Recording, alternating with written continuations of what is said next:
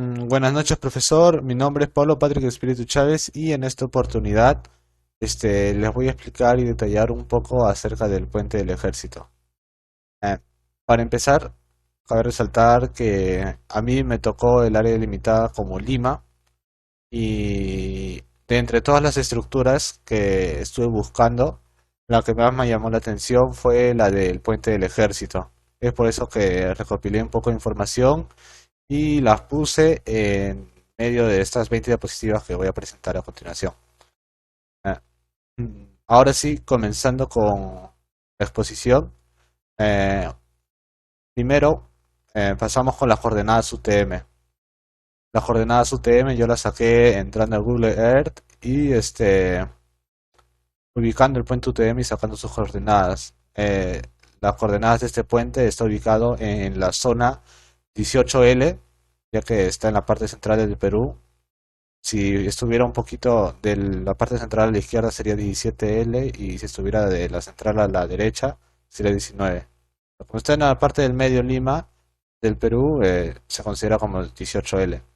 En la coordenada este se encuentra a 27,75,60 metros al este y en la coordenada norte se encuentra a 86,68,32 metros al sur. Y desde Desde el punto de mi casa, de mi ubicación actual, hasta el puente del ejército, se encuentra a 22,8 kilómetros en línea recta hacia el norte. Ya, pasando de diapositiva a una ubicación, pero más que todo más urbanizada, este, este puente del ejército se encuentra en el departamento de Lima, en la ciudad de Lima y en el distrito del cercado de Lima. Este puente se encuentra entre las avenidas Alfonso Ugarte y la avenida Caquetá, que se encuentra también sobre el río Rímac, el cual parte de distritos, los cuales son el Cercado de Lima, el Rímac y San Martín de Porres.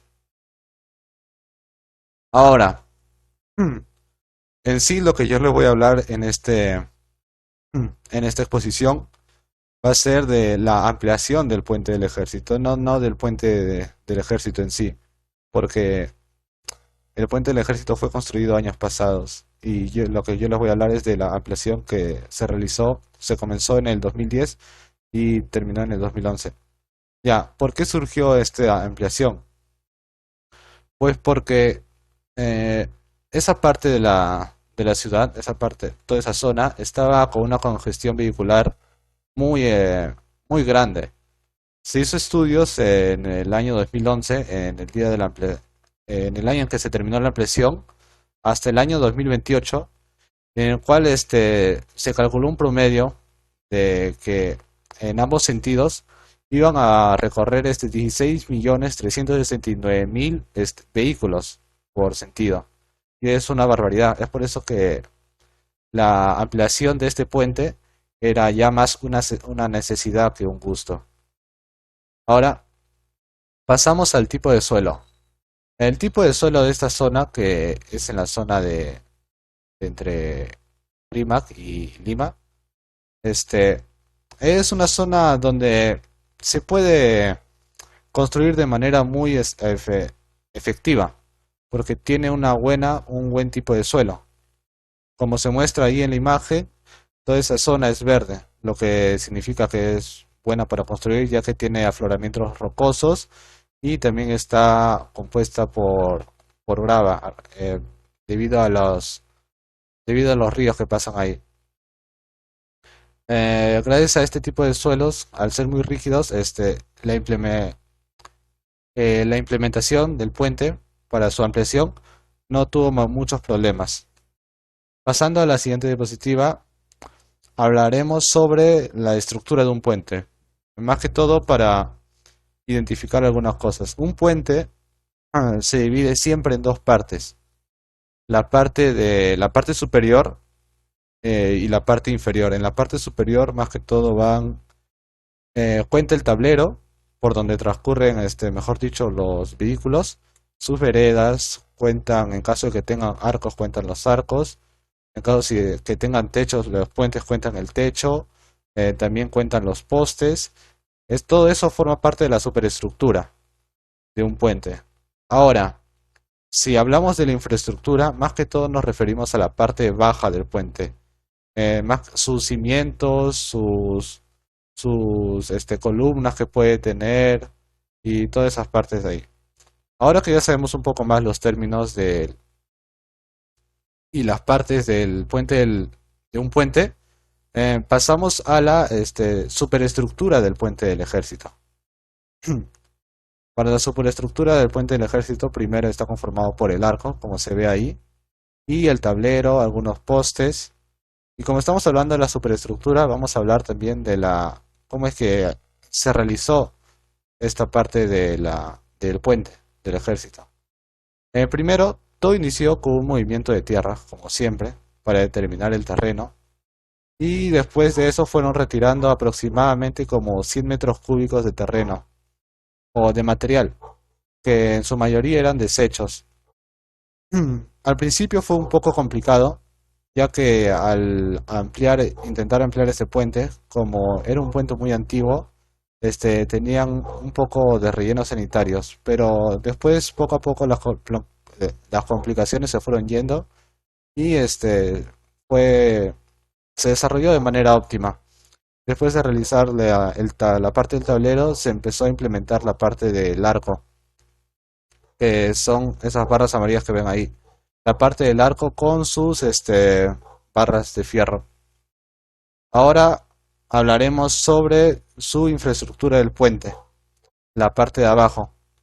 Está conformada por dos columnas. En esa imagen solo se logra apreciar una, pero al otro lado del puente también hay otra columna. También está reforzado la parte del tablero por donde transcurren los vehículos. Su parte de abajo está reforzado de fierro.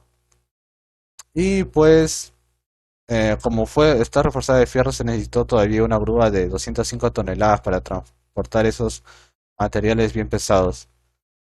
Aparte de eso, no se logró sacar mucha información acerca de esto porque más que todo en la implementación y ampliación de este puente, este, agarraron la parte de arriba, no tanto la base, sino intentaron ampliar la parte de arriba. Es por eso que solo hay pocos datos de la parte de la remodelación de la parte de la infraestructura del puente. Ahora pasamos a las medidas del puente, más que todo de la zona por donde se transita o del tablero. Este, todo ese lapso, todo ese largo, tiene 105.05 metros. Y en todo el ancho, en el que hay dos sentidos, los dos sentidos de la vía, hay un separador central, también hay veredas. Todo ese ancho de todo el puente es de 26.8 metros. Ya. Ahora pasamos a las medidas del arco. Las medidas del arco, o sea, la parte amarilla que se logra ver ahí.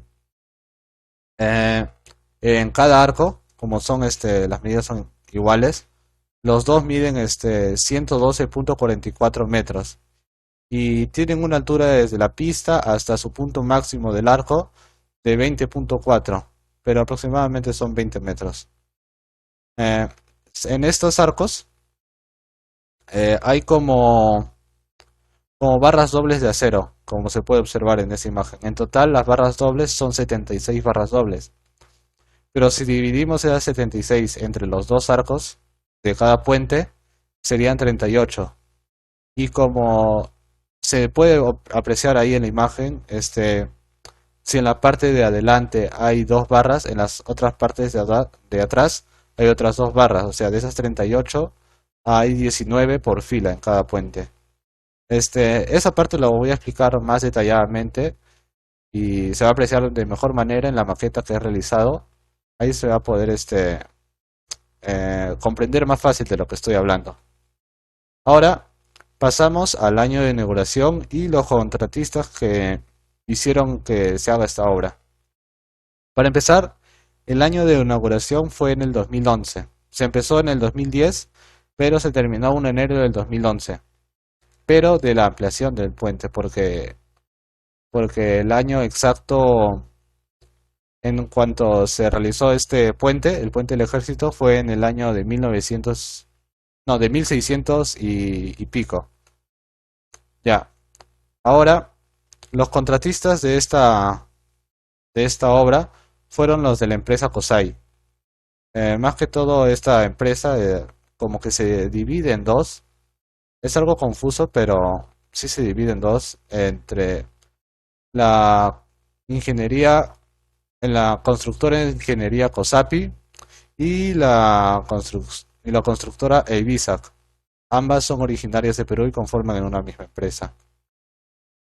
Ahora, el costo total de la obra, o sea, el presupuesto general de la obra, pero sin contar el IGB, claro, entre la mano de obra, los gastos generales, los materiales, y todo eso, forma un total de 785, no, 7.895.000 soles, casi 8 millones. Y ahora, y ahí no se termina la cosa, sino que a eso debemos aumentarle el IGB, que es de un 18%, lo cual se estaría dando en 1.421.000 soles. Si juntamos ese costo de sin IGB más el IGB, obtendríamos un total de 9.316.000 soles, por lo que no fue una ampliación de así barata. Se requirió una verdadera capital, una capital muy fuerte para la ampliación de este proyecto. Bueno, profesor, terminamos hasta acá esta parte. Ahorita voy a pasar a explicar de lo que trata la maqueta que realicé para este proyecto. Buenas noches, profesor. Ahora estamos en la segunda parte de la exposición de mi trabajo, que es la maqueta. En esta maqueta, más que todo, la realicé para tener en mente una pequeña idea de cómo es el puente del ejército en sí. Como podemos estar observando acá, este es el arco del puente del ejército. Tiene una longitud de 112 metros de lado a lado, pero de las vías por donde pasan los vehículos, el tablero del puente no termina cuando termina el arco, sino tiene más vía. Es por eso que mide un poco más la parte del tablero. Mide 116 metros de largo. Debajo de este puente está ubicado el río Rímac y la parte de sus columnas, de la parte de su cimiento, está acá, donde termina cada arco, sus columnas. Ahora voy a explicar sobre el procedimiento que hice para realizar esta maqueta. Para empezar, todo esto fue hecho de Tecnopor. Los postes los hice con sorbetes. Y estos pequeños acá son juguetitos de carritos que los pegué con silicona. Y esto también, la parte del arco con Tecnopor que lo pinté. Y es sencillo de realizar porque solo es Tecnopor y algunas otras cositas más. Ya, ahora la parte que en la exposición de las diapositivas quedó un poco en duda era la parte de los fierros dobles de los arcos. En total los fierros dobles de los arcos eran 76. Y les dije que se dividían entre 2 a 38 porque hay dos arcos, 38. Ya, pero de ese 38 también lo dividí entre 2 porque como se puede observar acá, en la parte delantera se supone que deben haber dobles fierros. Y en la parte trasera, en línea recta, o sea, en forma así vertical, también deben haber dos fierros, por lo que esos 38 serían 19. O sea, deberían haber 19 fierros dobles así simétricamente en cada arco. A eso es a lo que me refería la exposición, lo que no había quedado tan claro. Bueno, profesor, esta es mi maqueta. Ahora pasamos a la tercera parte de la exposición, que es lo que resta de las diapositivas. Gracias. Bueno, profesor, continuamos con la tercera parte de la exposición de mi trabajo. Retomando de la exposición de la maqueta, continuamos con la parte de la problemática. Ahora, ¿qué problemática se presentará en el puente del ejército? Pues la que se puede observar en pantalla. Como se sabe, eh, debajo del puente del ejército está el río Rímac. y el río en cierto, mayormente no transcurre mucho cauce por ahí, o sea, sí transcurre pero regularmente, pero hay temporadas en las que su cauce se eleva de manera drástica y ahí es cuando al elevarse de manera drástica condiciona estructuralmente a los estribos del puente. También al elevarse eso, eh, erosiona con mayor fuerza las pilas de la parte del puente. Ya. Eso, o sea, debilitando más que todo la parte de la base del puente, porque esa parte más que todo se hizo para soportar el peso estructural del puente, no para también soportar la fuerza del río. Ya. Ahora pasamos a lo siguiente, que sería riesgos sísmicos. Nos preguntamos si es que este puente puede presentar riesgos sísmicos. Felizmente, gracias a que fue construido en una buena zona, eh, no presenta ningún riesgo sísmico. Fuera, ningún riesgo sísmico considerable, porque como fue construido en una buena zona, en una zona de terreno rígido, al haber sismos así de pequeña escala, como que casi ni se sentiría. Pero ya si hablamos de terremotos, ya de escalas de 7.5 o de 8, ahí sí sufriría un poco el puente. Porque está bien que tenga una buena base, pero un movimiento telúrico también es fuerte. Y si a eso también aumentamos que como está en pleno movimiento, es obvio que el río también se va a mover y se va a desbordar. También sumamos la fuerza con la que la parte o la zona desbordada del río choca con la base del puente. Entonces ahí sí ocasionaría daños muy graves hacia el puente. Pero solo ahí, pero si son movimientos sísmicos así leves o incluso normales, no representaría ninguna dificultad ante esto. Ahora, los estudios básicos. Es obvio que para la ampliación de este puente se tuvo que realizar estudios previos básicos antes de la ampliación. Estos estudios fueron realizados por profesionales especialistas en cada materia. Los estudios que se realizaron fueron los siguientes: los de cálculos hidráulicos, más que todo para tomar medidas ante riesgos de crecida del cauce del río Rima. Sí que es cierto que en la problemática puse que había riesgo de que cuando el cauce creciera, la parte de la base sufriría algunos daños. Y acá hay estudios en contra de eso, pero también resaltemos que acaban de pasar 10 años desde la última, desde que se implementó. Y hasta ahorita creo que solo ha habido dos o tres mantenimientos a todo el puente. O sea, muy pocos y en tantos años. Por lo que ahí entre esas cosas puse la problemática porque también no hacen el mantenimiento debido. Ya. Ahora, el estudio geotécnico que se realizó en esta implementación y ampliación del puente se realizó más que todo para saber la calidad del suelo. Ya sabemos que la calidad del suelo de Lima es muy buena, pero para estar bien seguros, ya que se invierte una buena cantidad de dinero y no se debe trabajar así por tanteo, debemos asegurarnos y cerciorarnos bien de que es un buen terreno. También para poder diseñar el tipo de concreto, porque no vamos a utilizar el mismo concreto que utilizamos en casa con un concreto que vamos a utilizar para un puente. Tenemos que agregarle a eso de concreto más agregados.